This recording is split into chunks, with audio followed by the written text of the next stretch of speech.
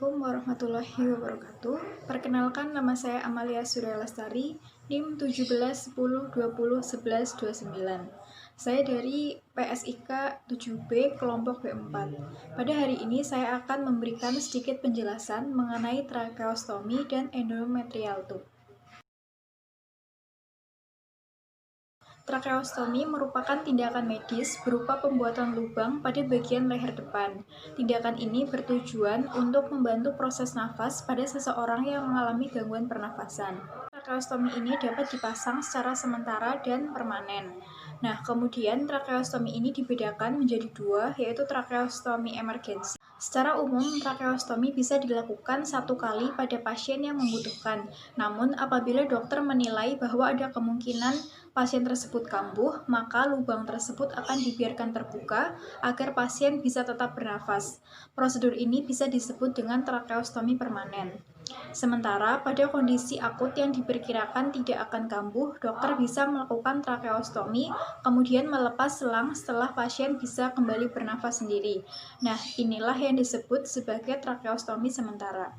Tracheostomi ini dibedakan menjadi dua, yaitu tracheostomi emergensi dan tracheostomi non-emergensi. Pada tracheostomi emergensi, tentunya dilakukan dalam kondisi darurat, misalnya untuk mengatasi sumbatan jalan nafas di atas trakea. Kemudian pada tracheostomi non-emergensi dilakukan berbagai alasan. Contohnya dilakukan sebelum pembedahan tenggorokan atau rongga mulut. Prosedur ini memungkinkan seseorang bernafas dengan baik setelah pembedahan dilakukan. Prosedur tracheostomi dibutuhkan untuk beberapa kondisi, misalnya kondisi medis yang membuat pasien membutuhkan ventilator dalam jangka waktu yang lama, sekitar 1-2 minggu. Kemudian kondisi medis yang membuat saluran pernafasan pasien tersumbat atau menyempit, seperti contohnya kelumpuhan pita suara atau kanker tenggorokan. Kemudian kelumpuhan atau penyakit saraf yang membuat pasien sulit batuk dan mengeluarkan dahak. Kemudian persiapan untuk operasi kepala dan leher yang besar guna membantu fungsi pernafasan selama masa pemulihan. Kemudian trauma berat di kepala atau leher yang membuat munculnya sumbatan saluran nafas. Prosedur pemasangan tracheostomi emergensi yaitu yang pertama, pasien akan diposisikan untuk berbaring. Kemudian gulungan handuk, jaket, selimut, kain, atau apapun akan digunakan untuk menyangga bagian bawah bahu pasien. Nah, langkah ini akan membantu dalam meluruskan posisi jalan nafas. Kemudian obat bius lokal disuntikan ke area yang ditargetkan. Kemudian dokter akan membuat sayatan pada kulit leher dan dokter kemudian membuka trakea atau membran krikotiroid. Kemudian selang nafas dimasukkan ke dalam trakea dan ujung selang nafas satunya akan disambungkan ke suplai oksigen.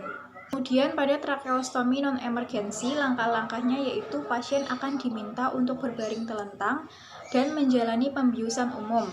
Kemudian setelah bius efektif, dokter akan membersihkan area leher bawah dan dada pasien dengan larutan antiseptik. Kemudian sayatan dibuat di bawah leher di antara laring dan tulang sternum atau tulang dada.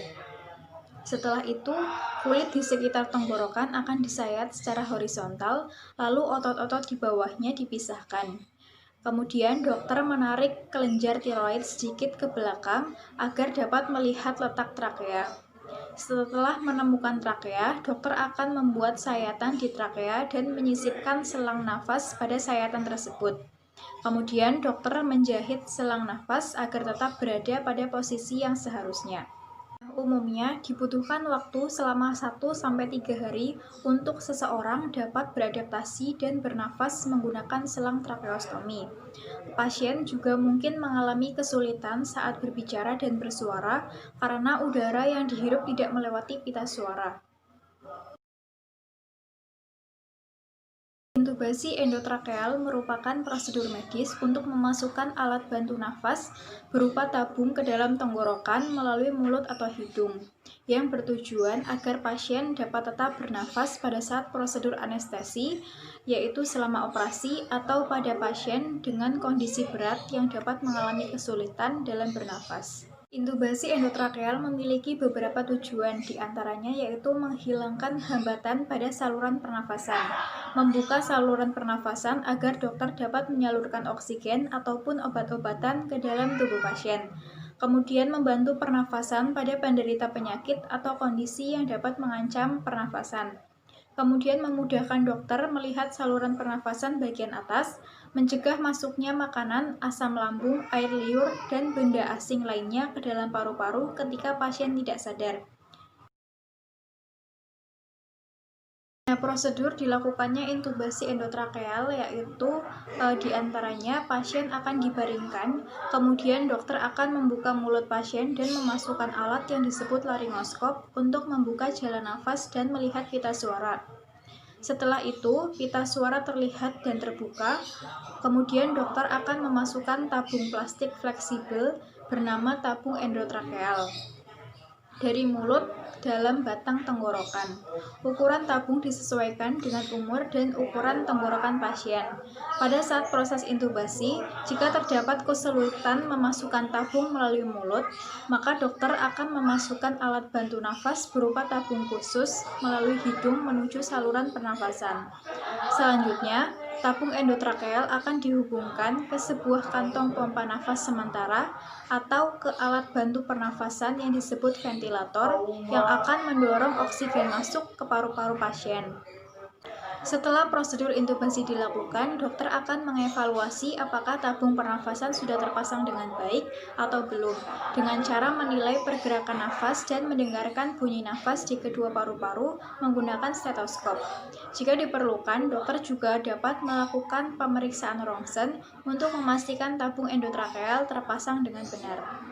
Nah, demikian penjelasan yang dapat saya sampaikan. Kurang lebihnya saya mohon maaf. Wassalamualaikum warahmatullahi wabarakatuh.